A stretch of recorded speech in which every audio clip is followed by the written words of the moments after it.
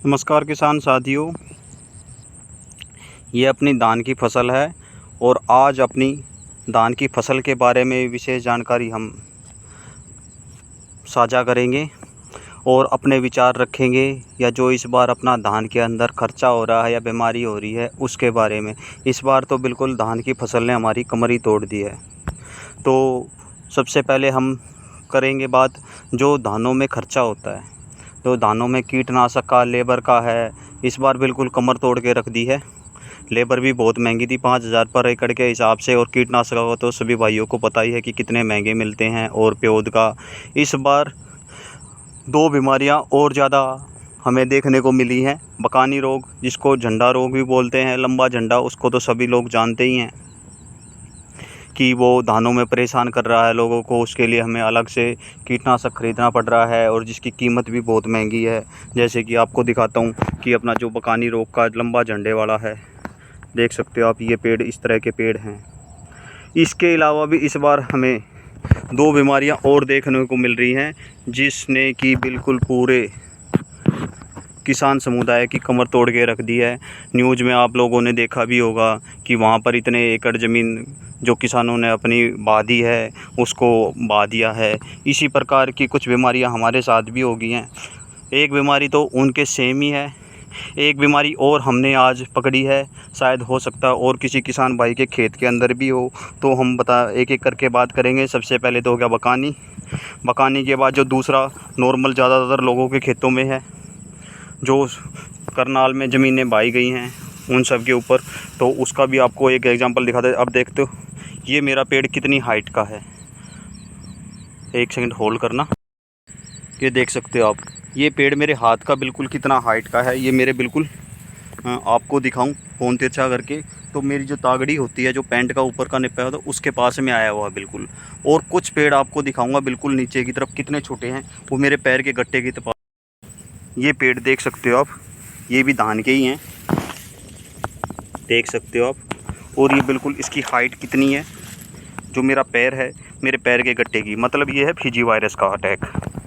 ये Fiji virus के हैं, जिसमें गठिया रोग भी आप इसको बोल सकते हो, गटका रोग भी हो सकता है, ये है। और तीसरा आपको मैं बात डिस्कस करूँगा। ये अभी मेरा ये 50 दिन का भी धान नहीं हुआ है, 1509 वैरायटी है, 1 जुलाई को मैंने लगाया था। और इसकी आप सारे खेत की आप कंडीशन देख सकते हो, लेकिन पूरे खेत में कहीं ना कहीं आपको दिखाता हूँ ये बीमारी हो गई है, इसमें झंडा पड़ने लग गया है। अब ये पता नहीं कि बीमारी क्या है और क्या नहीं है, इसका क्या कारण है जो ये झंडा पड़ना शुरू हो गया है। कुछ पेड़ हैं, कम से कम मेरे खेत में पूरे में घूम के देखूँगा तो 10 पेड़ कम से कम मुझे मिलेंगे। या तो ये मौसम परिवर्तन का कुछ कारण है या किस कारण से, क्योंकि इससे बीमारी भी लगने का डर रहेगा। और ये झंडा आ गया है तो इसी में है और किसी में नहीं है। हो सकता है कि और जल्दी इस बार अपना धान की तैयारी हो जाए, ज़्यादा जल्दी अपना तैयार हो जाए, क्योंकि मौसम इस बार परिवर्तनशील हमेशा बना रहा है। तो इस प्रकार की तीसरी बीमारी है।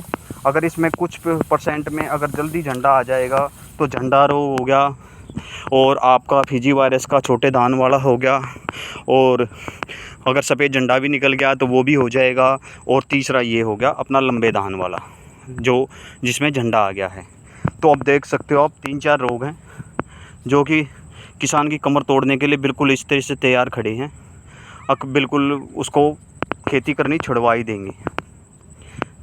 जैसे ये एक पेड़ था, और भी मैंने कई पेड़ देखे हैं दूसरी साइड में, वो दिखाई दे रहे थे। मैं जैसे आज खेत में कई दिनों के बाद देखा तो इसने तो बिल्कुल ऐसा मन तोड़ दिया कि भाई इसमें क्या करे और क्या नहीं करे। तो अगर किसी किसान भाई के पास कुछ सुझाव हो, कुछ दवाई हो, तो कृपा करके मुझे कमेंट करके ज़रूर बताएं, जिससे मैं अपनी तो मदद कर सकूं और किसी किसान भाई को भी इसके बारे में कुछ अच्छी जानकारी दे सकता हूं। भाई अब की बार तो लगाए हैं, मौसम भी बना है, अब खेती तो अपने खेत है तो करना तो पड़ेगा ही। लेकिन नुकसान बहुत ज़्यादा होने लग गया है, बहुत ज़्यादा खर्चा आने लग गया है। प्रति एकड़ के हिसाब से तकरीबन मान के चलो अब 30 हज़ार रुपये का खर्चा पड़ता है। और आप मंडी में जब लेके जाओगे तो उसके भी हम आपको दाम बताएंगे। अगर कोई भाई ये वीडियो देखेगा तो वो भी आगे वीडियो ज़रूर देखना कि क्या दाम हमें मिलेंगे। कुछ ज़्यादा फ़र्क नहीं मिलेगा, ब्याज लगा के चलो जितना हमारा लगेगा उसका ब्याज ही हमें मंडी से अगर सही हिसाब से अपनी ये फसल मंडी तक जाती है तो सिर्फ हमें उसका ब्याज ही मिलेगा। तो ये झंडा रोग हो गया, फीजी वायरस हो गया, और तीसरा हो गया ये लंबे झंडे वाला, जो बालियाँ निकलनी शुरू हो गई हैं। तो इसका रोग पता नहीं भाई क्या होगा, क्योंकि जब तक ये दूसरे का नंबर आएगा तब तक ये अपनी ख़त्म हो जाएंगी। इसमें दाना पड़ेगा तो दाना ख़राब हो जाएगा इसका, क्योंकि पक्के समय से काफ़ी पहले तैयार हो जाएगा। और किसी में हमें कुछ भी दिखाई नहीं दे रहा सर कि 5% 10% खेत का दिखाई दे तो हम सोच सकते हैं कि हाँ भाई ये अपना खेत में अभी बालियाँ आने का टाइम आ गया है, बट नहीं है। अभी कम से कम 10 दिन से पहले कहीं से ही बालियों का हमें कुछ असर नहीं दिखाई दे रहा है। आप देख सकते हो आप दूसरी दो ये बाली दिखाई दे रही है। मैं जूम करके आपको दिखाता हूँ, जस्ट ये फोकस, ये देख सकते हो आप, ये बालियाँ इस प्रकार की निकल रही हैं।